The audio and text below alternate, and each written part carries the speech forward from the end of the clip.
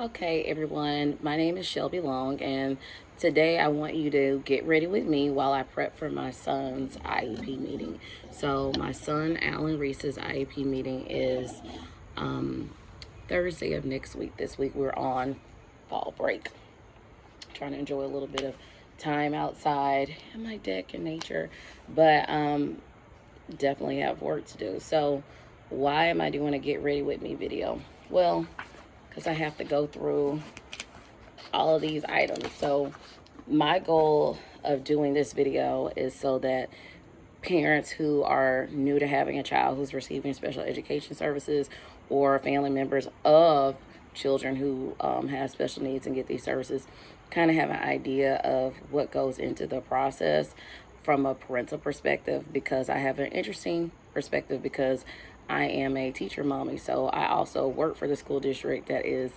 responsible for implementing my son's IEP. So it's definitely like a little walk on the tightrope, like trying to get everything done. So, I definitely want to advocate for my son. I want to make sure he gets everything that he needs. At the same time, though, I also, you know, understand that I have to work with a lot of these people in different aspects as well. So, luckily, my ex-husband's a pretty decent co-parent when it comes to things like this. So, we typically agree and it works out, but it's still a lot of prep and a lot more on me because I'm expected to know more because I'm the educator. A couple fun facts about education. So, I'm a pre-K through 5 certified educator in the state of Georgia. I have a reading endorsement. I have gifted certifications, but I'm teacher support coaching endorsement. I can help train other teachers and everything like that. But guess what? I am not special ed certified. It's also not required for me to be special education certified, even though I've had inclusion classes and everything like that in the past. I nor other teachers are required to be special education certified.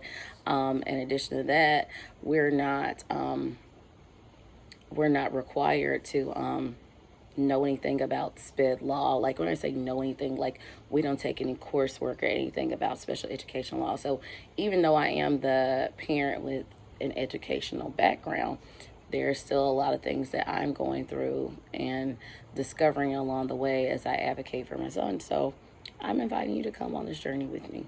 So either you'll find it, hopefully you can find it helpful, or someone else near you can find it helpful. But get ready with me while I prep for my son's IEP. So a little bit of background. Um, let's first start talking about the notice. So prior to your child's IEP meeting, you should get a meeting notice.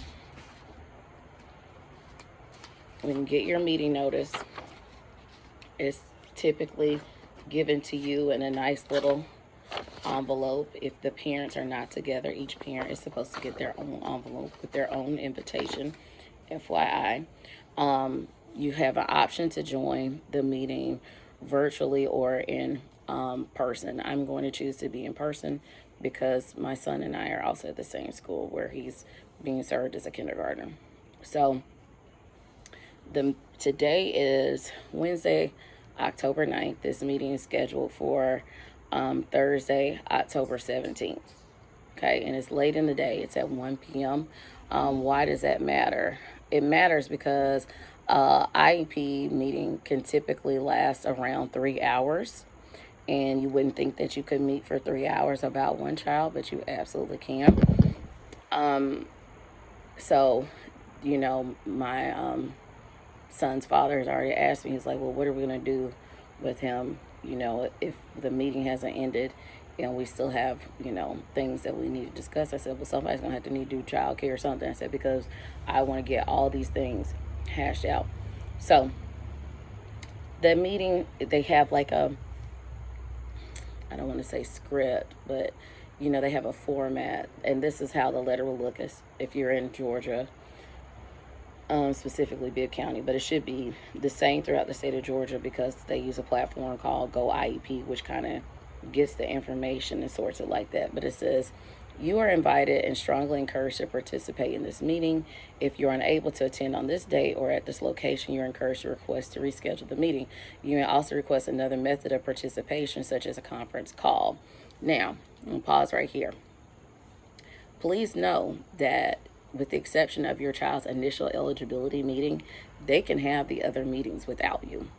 So as a parent, you need to make sure that you can go to the meeting, so you know what kind of services your child is receiving and what kind of challenges and successes they're having, so you can move forward with them.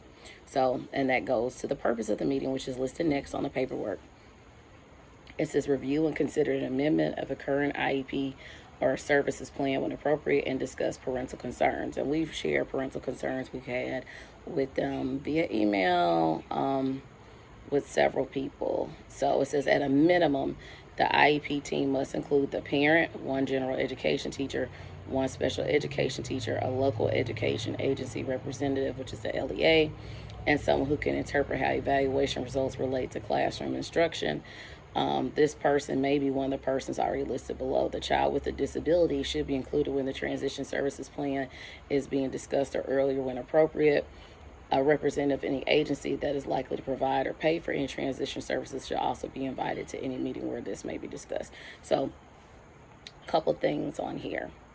So even with this part alone, my son, he could attend his meeting technically. I'm not going to bring him because he is 5. So he's not going to really have the understanding to make decisions. But I would encourage parents, like especially of middle school and above, if your child is at a place where psychologically they understand what they need in school to be successful, or they understand whatever whatever difference they have that's requiring them to receive services, or that they qualify for services under, I think they should be present. And I'm hopeful that when my son gets older, he'll attend his meetings. But right now, especially at elementary level, it's, his dad and I are tackling these things for him. Now, the list of everybody on here is long. I'm not going to go into everybody's things, into names, but I'm going to go into who was invited. The student, both his parents, that's dad and I, occupational therapist, because OT is a big part of this discussion, and we'll get to that in a minute. One of the special education teachers at the school, the executive director of the program for exceptional children from my district, so she's the head person in charge. I specifically requested her to be at this meeting. She was at his last meeting. Why would I want this person there? Because I feel like there's going to be conversations involved that may require an allocation of funds. It may require additional personnel. And she's the only person in the SPED department who can sign off on things related to money. So just keep that in mind. So if you feel like your child needs an additional person, they need additional services that may have a cost related to them, that's the person that you're going to need there, because they can sign off. Another school special ed teacher, the school administrator, the principal, the speech and language pathologist, because my son receives speech services, another special education teacher at the school, his IEP case manager, a behavioral specialist, which was interesting to his dad and I, because he doesn't get served for behavioral issues. We'll get to that also. Another special education administrator who is the coach for the zone, and then another one who is the zone coordinator, so another special ed administrator, the school's assistant principal, and my son's homeroom teacher. So 1, 2, 3, 4, 5, 6, 7, 8, 9, 10, 11, 12, 13, 14, 15, 16 people in all are on this invite list. So would it normally be this many people? The answer to that is no. But there are more people because of who we've asked to be involved. We've asked for the I've requested all the special ed teachers in the department to be there, to be involved. Why? Because there was a dispute about something in his IEP from his transitional plan, where one teacher interpreted that he should be getting OT services, another one interpreted that he shouldn't be getting them at all. And at the end of the day, and then the zone coordinator was saying, well, let's have the meeting so we can just make sure everything's in place so we can get him what he needs. And totally get that. It's a technicality. But my issue as a parent is while we're waiting, my son is suffering because he's in a classroom and he's extremely bright, but he can't hold a pencil. He cannot hold a pencil. So guess what? When he's asked to do work that requires him to use a pencil because he can't grip a pencil, he's having a meltdown or refusing to do his work because he can't do it. And again, I'm a teacher, so I expect children to do their work. I don't have an expectation to just say, oh, well, he said no, he can't do it. No, we need to put things in place so he can do it. And that's why we need the OT person there to help give him these services so that we can get these done. Okay? So, we are, so then there's the back part where you say how you're going to attend the meeting.